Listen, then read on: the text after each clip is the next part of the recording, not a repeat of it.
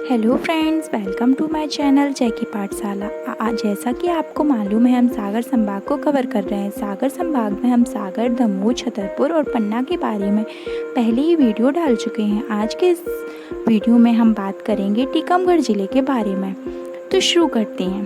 बुंदेलखंड की संस्कृति को अपनी में समेटे पर्वतों और तालाबों के लिए प्रसिद्ध टीकमगढ़ का प्राचीन नाम टेहरी था, जिसे 1783 में तत्कालीन ओरछा रियासत के राजा विक्रमजीत सिंह ने अपनी राजधानी ओरछा से टीकमगढ़ स्थानांतरित की थी।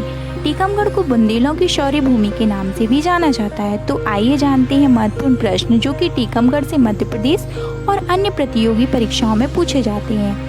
टीकमगढ़ का गठन 1956 ईस्वी में हुआ। यहाँ पे कुल 6 तहसीलें हैं: टीकमगढ़, मोहनगढ़, बलदेवगढ़, चतारा, पलेरा, खरगापुर।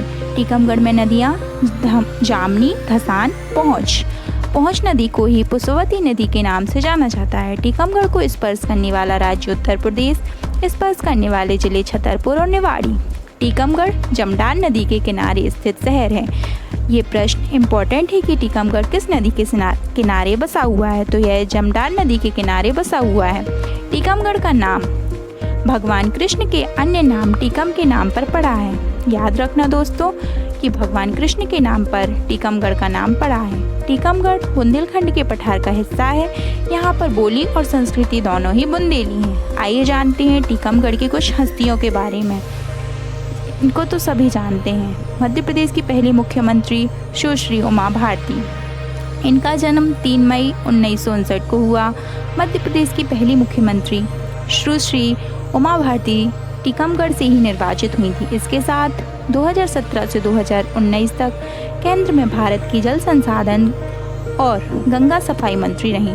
मेरा आपसे क्वेश्चन है कि प्रेजेंट में केंद्रीय जल संसाधन मंत्री कौन है? प्लीज़ कमेंट करके बताइए। इनका प्रसिद्ध नारा है, श्री राम लला घर आएंगे, मंदिर वहीं बनाएंगे। आइए जानते हैं दूसरी हस्ती के बारे में। इनको नाम है मृणाल पांडे। इनका जन्म भी 26 जनवरी 1946 को टीकमगढ़ में ही हुआ। कार्यक्षेत्र पत्रकार, लेखिका, संपादिका, भारतीय टेलीविजन में हिंदुस्तान अखबार की संपादिका रहीं, इसलिए यह इम्पोर्टेंट है। टीकमगढ़ के बारे में कुछ और जानकारी। टीकमगढ़ को तालाबों की अधिकता और प्राचीन तालाब होने के कारण तालाबों को जिला कहा जाता है। भारत की पहली नदी तालाब जोड़ो परियोजना टीकमगढ़ से ही शुरू की गई थी। चंदेल राजाओं के समय निर्मित वैज्ञानिक तरीके से बनाए गए तालाब, जिससे एक तालाब का पानी दूसरे तालाब में आंतरिक रूप से चला जाता है, ये टीकमगढ़ में स्थित है। यहाँ पे खनिज बेराइट्स, बेरियम सल्फेट खनिज के उत्पादन में प्रदेश में प्रथम जिला टीकमगढ़ है। यहाँ का औद्योगिक केंद्र प्रतापपुर है, जो कि टीकमगढ़ जिले में ही स्थित है। धातु शिल्प और ठठीरा कला में इसे और दतिया को संयुक्त रूप से जीआई टैग दिया जा चुका है। जीआई टैग का मतलब ज्योग्राफिकल इंडिकेशंस। उसका मतलब ये हुआ कि जैसे किसी जिले या कहीं की जो प्रसिद्ध वस्तु हो, तो उसको उसके द्वारा अर्निंग करने के लिए उसे जीआई टैग दिया जाता है। टीकमगढ़ में घूमने के लिए विभिन्न कुछ स्थान ऐतिहासिक महत्व के हैं, जैसे कि कुंडेश्वर महादेव का मंदिर। टीकमगढ़ शहर के दक्षिण में जमदान नदी के किनारे बसा हुआ है। यह मंदिर महादेव मंदिर के लिए प्रसिद्ध है। ऐसा माना जाता है कि शिवलिंग कुंड से निकला है।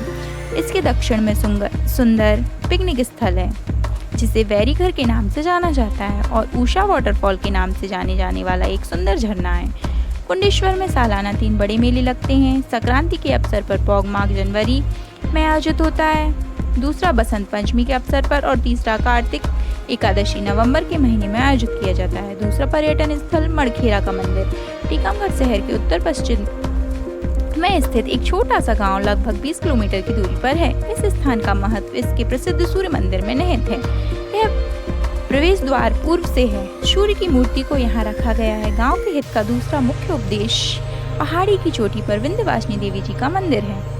तीसरा पर्यटन स्थल पपोरा जी।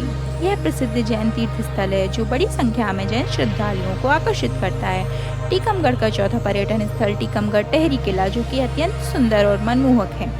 उसके अलावा तालकोटी महेंद्र सागर, जो कि पूरे तालाब से घिरा हुआ है। Thank you friends. आशा करती हूँ मेरे द्वारा दी गई जानकारी आपके लिए महत्वपूर्ण रहेगी। जुड़े रहिए हमारे साथ और देते रहिए हमें अपना प्यार।